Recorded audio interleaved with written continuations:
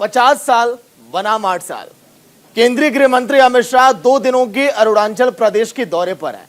अमित शाह ने अरुणाचल प्रदेश के नामसई में 1000 करोड़ रुपए की अलग अलग विकास योजनाओं का उद्घाटन और शिलान्यास किया, लेकिन इस मौके पर उन्होंने कांग्रेस नेता राहुल गांधी पर बड़ा हमला बोल दिया। अमित शाह ने कहा कि जो काम 50 साल में नहीं हुआ वो मोदी सरकार के 8 साल में हो गया। देखिए आप में।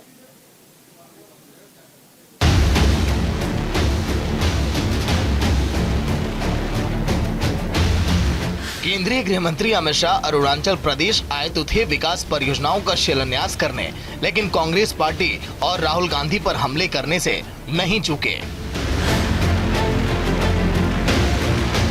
अमित शाह ने तंज कसा कि कांग्रेस वाले आंखें बंद करके मोदी सरकार के विकास कार्यों को ढूंढ रहे हैं।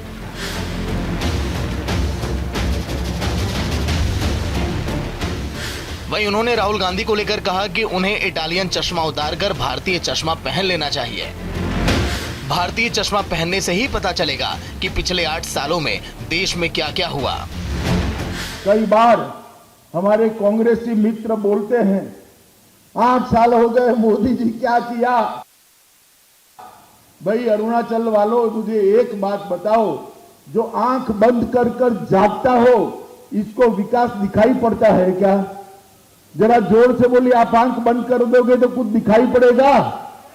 जोर से बोले, दिखाई पड़ेगा? एक कांग्रेस वाले आंख बंद कर कर विकास को ढूंढ रहे। राहुल बाबा, आंख खोल दो, इटालियन चश्मा निकाल दो, भारतीय चश्मा पहन लो तो मालूम पड़ेगा कि 8 साल के अंदर क्या हुआ है। अमित शाह ने इस दौरान पूर्वोत्तर के राज्यों के विकास कार्यों का भी उल्लेख किया।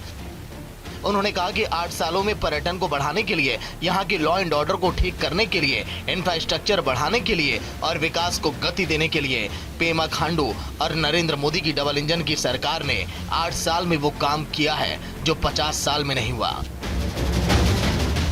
इस 8 साल के अंदर अरुणाचल के टूरिज्म को बढ़ाने के लिए, अरुणाचल के लॉ एंड ऑर्डर को स्वस्थ और शांति प्रदान करने के लिए, इंफ्रास्ट्रक्चर को बढ़ाने के लिए, अरुणाचल के विकास को आगे बढ़ाने के लिए और नरेंद्र मोदी जी की डबल इंजन सरकार ने 50 साल में नहीं हुआ वो 8 साल के अंदर करने का काम किया। अमित शाह यही नहीं रुके, उन्होंने नॉर्थ ईस्ट में अशांति को लेकर भी कांग्रेस पर निशाना साधा। उन्होंने कहा कि दुनिया नॉर्थ ईस्ट को विवाद के रूप में जानती है। उन्होंने कहा कि पूरे नॉर्थ ईस्ट में 2019 से 2022 तक 9600 उग्रवादियों ने हथियार डालकर आम जिंदगी जीने का काम किया। वो दिन दूर नहीं है जब 2 राज्यों के बीच सीमा विवाद भी खत्म हो जाएगा। पूरे देश और दुनिया पहले नॉर्थ ईस्ट को विवाद और उग्रवाद के नाम से जानती थी। कांग्रेस पार्टी ने राज्य को राज्यों के बीच में, ट्राइब को ट्राइब के बीच में, एक बोली और दूसरी बोली के बीच में सैकड़ों झड़के लगाकर रखे थे। नरेंद्र मोदी जी के नेतृत्व में नागाओं के साथ अभी बातचीत चल रही है। बोडोलैंड की समस्या का समाधान हो गया। त्रिपुरा के सारे हथियारी ग्रुपों ने हथियार डाल दिए। यहां पर कार्बी में भी समाधान कर हथियार डाले गए। पूरे नॉर्थ ईस्ट में ये 19 से लेकर 22 तक 3 साल में 9600 उग्रवादी लोगों ने हथियार डालकर मेन स्ट्रीम में आने का काम किया। आपको बता दें कि अमित शाह 2 दिनों के अरुणाचल के दौरे पर हैं। इस मौके पर गृह मंत्री अमित शाह ने प्रदेश की प्राकृतिक समृद्धि का भी जिक्र किया और कहा कि पूरे देश में सबसे खूबसूरत जगह अगर कोई है तो वो अरुणाचल है।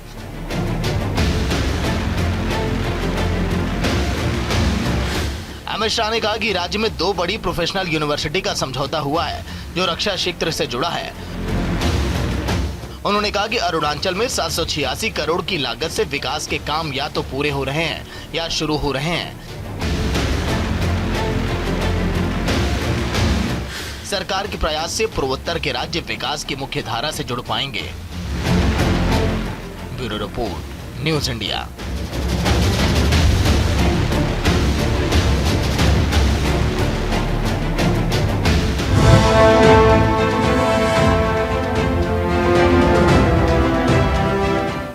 वहीं 2 दिन पहले नेता प्रतिपक्ष के चयन पर सवाल उठा चुके पूर्व नेता प्रतिपक्ष और विधायक प्रीतम सिंह ने अब विधानसभा चुनाव में हार का ठिकरा कांग्रेस प्रभारी पर फोड़ दिया।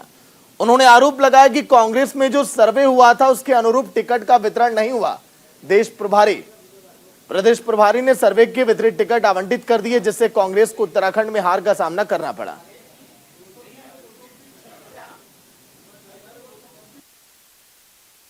काशीपुर में सर्वे भी हुआ और सर्वे में भी जो बातें उभर करके आई उसके अनुरूप जो है टिकट वितरण का कार्य नहीं हो पाया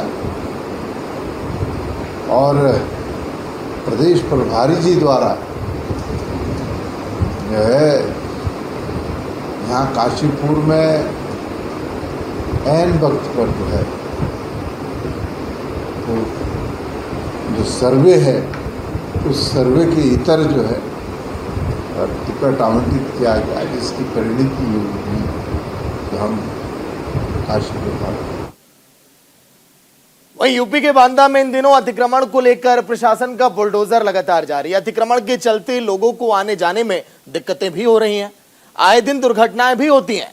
अपर जिलाधिकारी और नगर मजिस्ट्रेट के नेतृत्व में बुलडोजर चलाया गया। साथ ही व्यापारियों को भविष्य में अतिक्रमण न करने के लिए चेतावनी भी दी गई। शासन के स्पष्ट निर्देश है कि व्यापारी लोग सड़क पे दुकान न लगाएं, अपनी दुकान के अंदर लगाएं। व्यापारी लोग सड़क के बाहर दुकान लगा लेते हैं, जिससे आवागमन अवरुद्ध होता है। जो बाजार में महिलाएं और पुरुष और बच्चे सामान खरीदने के लिए आते हैं, उन्हें भारी जाम का सामना करना पड़ता है और अन्य प्रकार की भी कठिनाइयाँ उत्पन्न होती हैं। इसलिए पूरे शहर में अतिक्रमण हटाया जा रहा है। वहीं राजस्थान के बीजेपी प्रदेश प्रवक्ता और विधायक रामलाल शर्मा ने कहा कि भारत सरकार हमेशा जनहित में निर्णय लेते हुए जन भावनाओं के अनुरूप शासन का संचालन करने का काम कर रही है। राजस्थान में कांग्रेस की सरकार है और कांग्रेस के प्रदेश स्तरीय और राष्ट्रीय स्तरीय नेता हमेशा मोदी सरकार पर निशाना इस बात पर साधते आए ताकि पेट्रोल और डीजल के दामों में बढ़ोतरी की वजह से महंगाई बढ़ रही है, लेकिन प्रधानमंत्री ने समय समय पर टैक्स में कमी करके जनता को राहत देने का काम किया। जनता कांग्रेस के नेताओं के लिए भाषण देने के लिए बातें अलग, मुद्दे अलग, और यथार्थ में उनके हाथ में जो चीजें हैं उनको करने के लिए अलग। और मोदी जी ने पहले करके और फिर स्टेट की सरकारों से भी आग्रह किया है कि अपने वेट के अंदर कमी करें ताकि जनता को राहत मिल सके। लेकिन अभी तक भी राजस्थान की सरकार ने ना कोई वक्तव्य जारी किया है, ना इस मुद्दे के ऊपर कोई बात कही है। इसलिए भारतीय जनता पार्टी मांग करती है कि प्रदेशवासियों को राहत प्रदान करने के लिए राज्य सरकार अपने वेट के अंदर कमी करे और जनता को राहत प्रदान करे, ताकि डीजल और पेट्रोल के दामों में जो वृद्धि अंतर्राष्ट्रीय मार्केट की वजह से हुई है उसके अंदर राहत मिल सके। तो चलिए बुलेटिन में वक्त चला एक छोटे से ब्रेक का। न्यूज इंडिया पर खबरें लगातार जारी हैं।